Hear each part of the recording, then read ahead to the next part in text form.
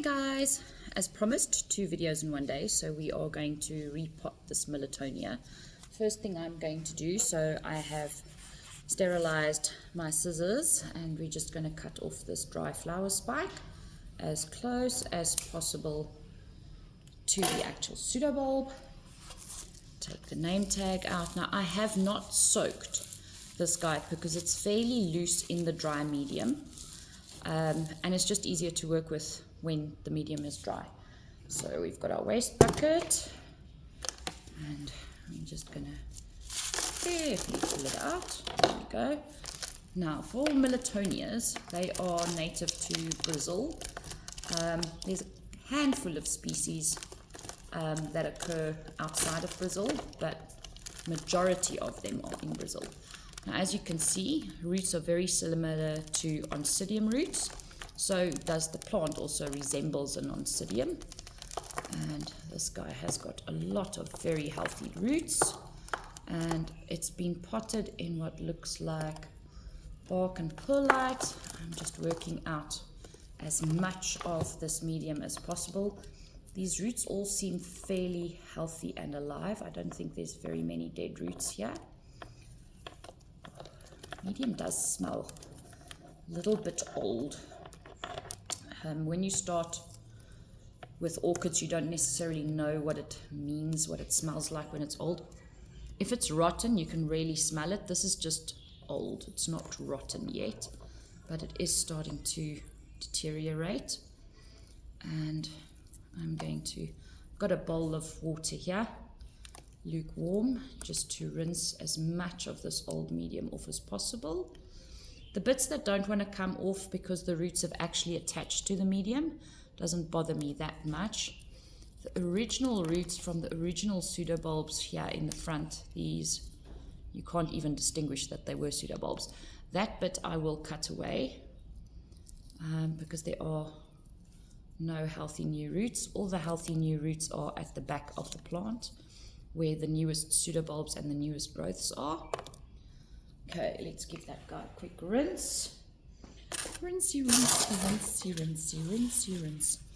And this just helps remove some of the finer medium that's stuck in there that you can't get out by hand without hurting the roots too much. Okay, that looks good. Drip, drip, drip, drip, drip. Oh, I don't think these... Oh, look at that. I can actually just pull it off. By the looks of things. No, that's going to hurt it. Alrighty. Let's get in there. Oh, don't want to cut those new roots.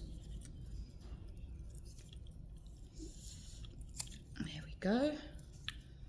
So that is all. And if I pull on it, you can see they just come apart. So the vellum on the outside comes off. And all you're left with are those fine little hairs, which is the core of the root. So that is absolutely useless to the plant. And I want to avoid having as much old material and stuff that can decompose inside the fresh new medium, so that it stays as healthy as possible for as long as possible. That's... looks like most of the dead roots gone, and we are left with super healthy new roots. You can even see, there we go, with the newest roots coming out from the new growths. So this guy is in active growth. I am going to help it by just peeling away and cutting off these old dry leaves that form on the side of the pseudobulbs. It just helps again with not having more old plant material inside the potting medium that can rot and degrade the potting medium sooner than necessary. There we go. Fantastic. I can probably take this little guy off, and you'll see when you peel them off, you'll see there's little roots stuck inside trying to get out. So this just helps a little bit, just helps the process. There we go. I am pretty happy with that.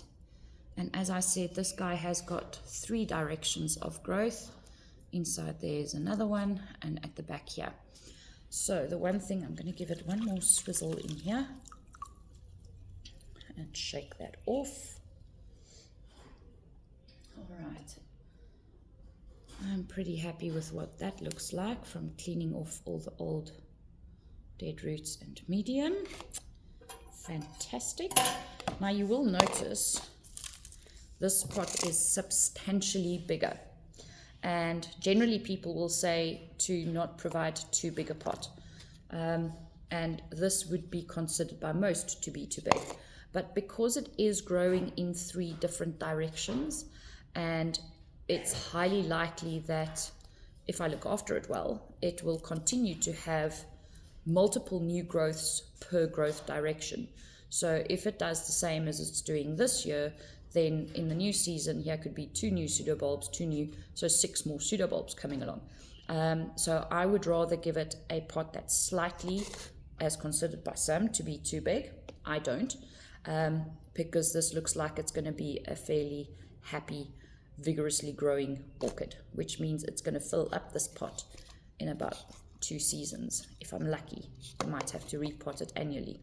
But yes, so there's nothing wrong in using a pot that most people would consider too big, especially with sympodial orchids that have got multiple directions of growth.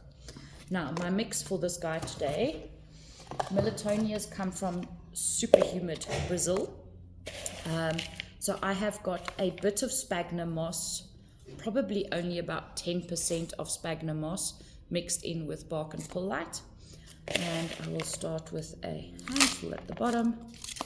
So there's very little sphagnum moss, but it will just help in my super dry climate that I don't have to water every other day, especially when it comes around to summertime, which does help a lot. A lot of my oncidiums also have a small amount of sphagnum moss in between. And as you'll see, where I would normally pot a sympodial orchid with a single direction of growth, with the oldest growth as close as possible to the edge, this guy, because it's growing in so many directions, I'm potting it up in the middle of the pot so that there is space for all these multiple directions of growth. And I know this is going to be not quite enough medium, but I want the top layer of medium. I'm going to put just plain bark. And in case you haven't seen one of my other potting videos, that's a personal preference for what the perlite starts looking like over time. I'm just using a little skewer because these roots are so fine to just work this medium in between the roots a little bit. And I am being wary of my potting depth so that I'm not covering this little new growth on this side too far. So it doesn't have to work too hard, and plus it was sticking up out of the medium. All right, and then just a layer, whoopsie, of clean bark over the top so that I don't see how ugly the perlite gets over time, because the perlite tends to discolor from the tannins released from the breakdown of the bark. So they go from pretty bright white to kind of rusty colored, brownish looking blobs, which is really not nice to look at. So my top layer in my pots, I am going to squeeze it down to make sure it is secure, because orchids like feeling secure. If they don't feel secure in the pots, they tend to start, they kind of get a little bit discombobulated. They really don't like it. It's like any plant that you plant in the ground. It wants to feel secure. I know a lot of guys will actually pick it up by the plant, but I know I'm going to pull this one out because the roots are so fine, and it is a fairly large pot considering. And that should do. Just want to make sure that little chap is out there in the open.